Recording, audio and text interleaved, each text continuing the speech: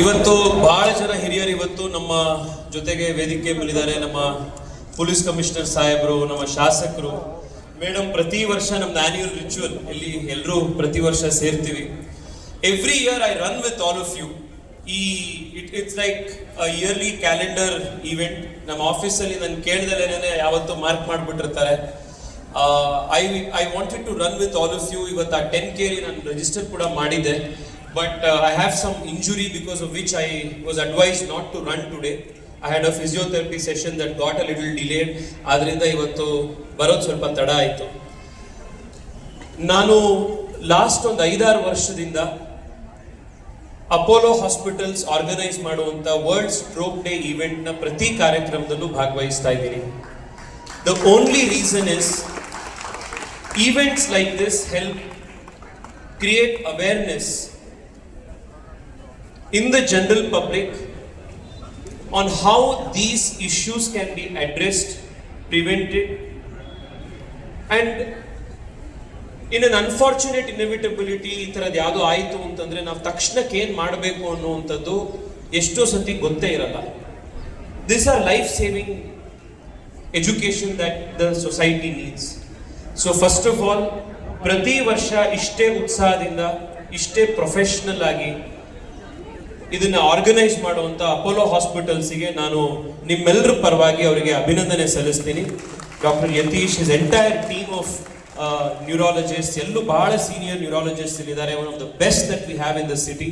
ಅವರೆಲ್ಲರಿಗೂ ಕೂಡ I congratulate. Then I have only one request to all of you. In fact 2 request. ನಾನಿವತ್ತು ಇನ್ನೊಂದು ನಾವು ಮಾಡಿದ್ದು ಈವೆಂಟ್ ಇದೆ, ಅದರದ್ದು ನಾನು ನಿಮಗೆ ತಿಳಿಸ್ತೀನಿ. The more I see the impact of movement on somebody's physical health, the more I realize that the most effective medicine is movement.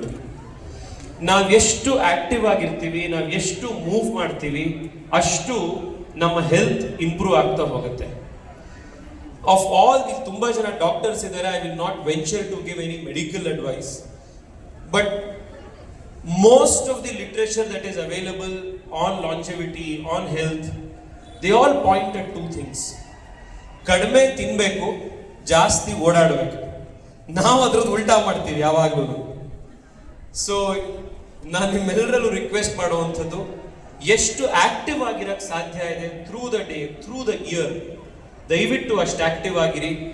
Take up some sport, go for a run every other day, do some strength training. ದಿನ active ಆಗಿ ಓಡಾಡಿ.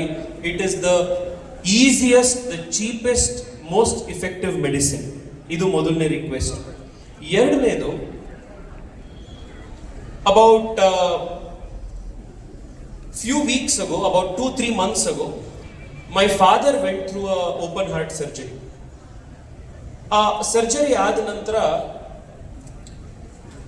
ನಾನು ಮನೇಲಿ observe ಮಾಡಿದ್ದು, because of the trauma of the surgery also, suddenly ಅವರು ಸ್ವಲ್ಪ weak ಆಗೋದಕ್ಕೆ ಕಾಣಿಸಿದ್ರು.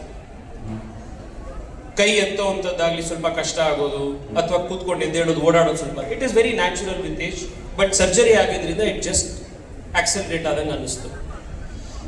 So ನಾವು ಕಾನ್ಶಿಯಸ್ಲಿ ಮನೇಲಿ we started strength training for my father.